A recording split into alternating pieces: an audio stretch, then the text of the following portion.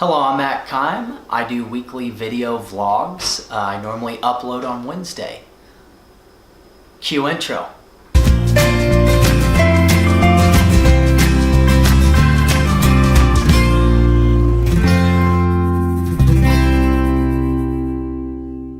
The title for today's video is Scar Wars and Insecurities. When I was 5 years old, I lived in South Carolina. Where we lived, our backyard was a swamp, like a little swamp. We had alligators, there's like little crab thingies that would like crawl all around. It was pretty cool, you know, as a 5-year-old. My brother was 7, and one day we went through, after all of our exploring through the woods, we'd have, here's our house, and we'd have woods over here, and then the swamps clear over, where was it? If the house is here, woods, it'd be the swamps clear up there. Right where you guys are sitting. And pretty much we had this idea. What if we go camping? Okay, you know what you're thinking. That's a horrible idea. No, it's not a horrible idea. Anytime you can camp outside is an awesome idea. And so we thought as a 5 and 7-year-old, so we hatched this plan.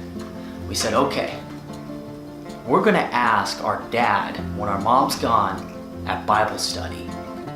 So we went through, me and my brother, we prepared and we asked our dad, hey Dad, can we go camping out just in the backyard? He said yes. So we did. We grabbed our sleeping bags and we snuck out as many snacks as we could. And about 10 minutes, we went through searching the whole area for the driest place in the swamp. Our dad went out and put a blue tarp over on the ground and built the tent for us. So after a couple of hours, it started getting dark. So me and my brother decided, you know, it's probably time to start heading to bed.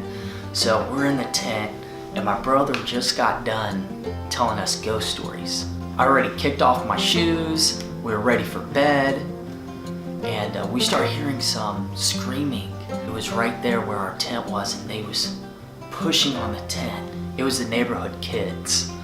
They started grabbing sticks and started hitting our tent, and it scared us. So my brother goes over and we unzip as quick as we can that tent, and my brother goes over and screamed and said, hey, go get Dad. So I go running barefooted through the swamp, and I mean it is muddy and wet. And as I'm running full speed, as quick as a 5-year-old can, I stepped. And on my right foot, I felt a deep, sharp pain. And as I was running full speed, my body, as soon as I stepped on whatever it was, my body continued to go forward, but my foot was stuck. So as my body continued forward, my face hit the mud, and I'm just sitting there stuck in the mud, and my foot hurts. So I go over and I scream. High-pitched scream, everything. I start noticing things that I didn't notice before, like the alligators that are slowly making their way towards me. My dad hears that scream and comes running off the porch. And he'd reach his hands clear on down into the mud. This is my foot. Here's where my toes are. Here's where my ankle is. And he starts going like this from his hands down to try to yank me out of the mud. He finally gets me up. And the look on his face said everything. So I go over and I look where his eye's looking, and my foot was just gushed in blood. I had a deep cut. So he goes over and he picks me up and he runs me to the house, and he's calling for my brother to get there now. And he goes through and he wraps my foot, laid me in the vehicle.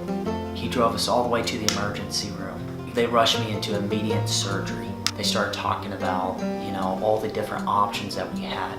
Fortunately for me, what they ended up doing was they was able to save it. What the doctors assumed what happened was, as I was running, there was a broken bottle, glass bottle, that I stepped down on, and as I continued, it launched into, and it flipped me. So my toes was up like this, and the bottle went in. And so they went through and they had bits of glass and all this stuff they removed. And they had to give me lots of shots because in a swamp there's a lot of bacteria. They ended up doing the surgery, giving me the shots, stitching it up for years.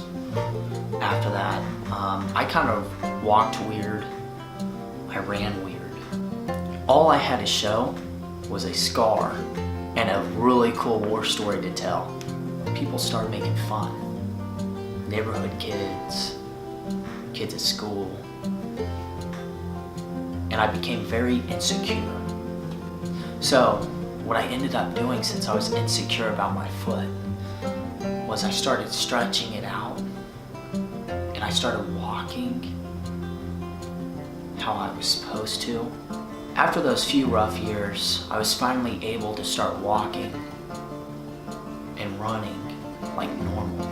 Scars form and stay long after you're healing. They're a constant reminder that something big happened here. Sometimes we get insecure about our imperfections. And yes, people can be mean, and people can say some really, really, really mean things. Sometimes you don't have control over the outcome. But knowing what your insecurities are is normally the first step to overcoming them. I'm going to tell you a secret. Everybody has insecurities. Just majority of the time, no one else notices them. Thank you very much for watching this video. If you enjoyed it, be sure to subscribe. And don't forget to hit the like and drop a comment down below. What is your scar story? I would really love to hear it. So, I'll see you till next week. Bye.